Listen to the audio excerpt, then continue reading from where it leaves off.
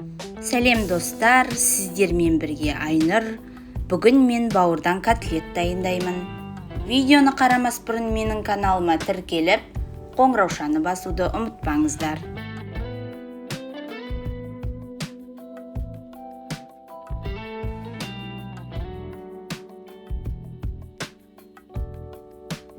Қажетті заттар: бауыр, жуа, сәбіз, сарымсақ, тұз, қара бұрыш, сүт, жұмыртқа, сұйық май, ұн. Алдымен ыдысымызға ет тартқыштан өткізілген бауырымызды саламыз.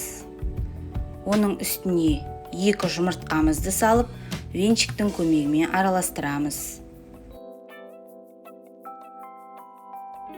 Араластырып болған соң, блендерден өткізген жуа, сәбіз, сарымсақты саламыз. Оның үстіне сүт құямыз. Дәміне қарай тұз, қара бұрыш саламыз. Және де 3 ас қасық сұйық майымызды құйып, венчиктің көмегімен араластырамыз.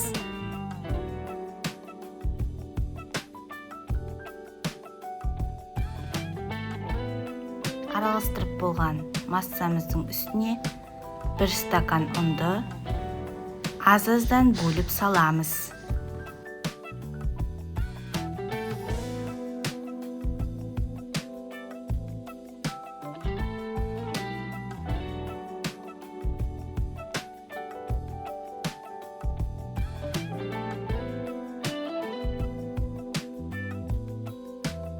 Міне массамыз дайын болды.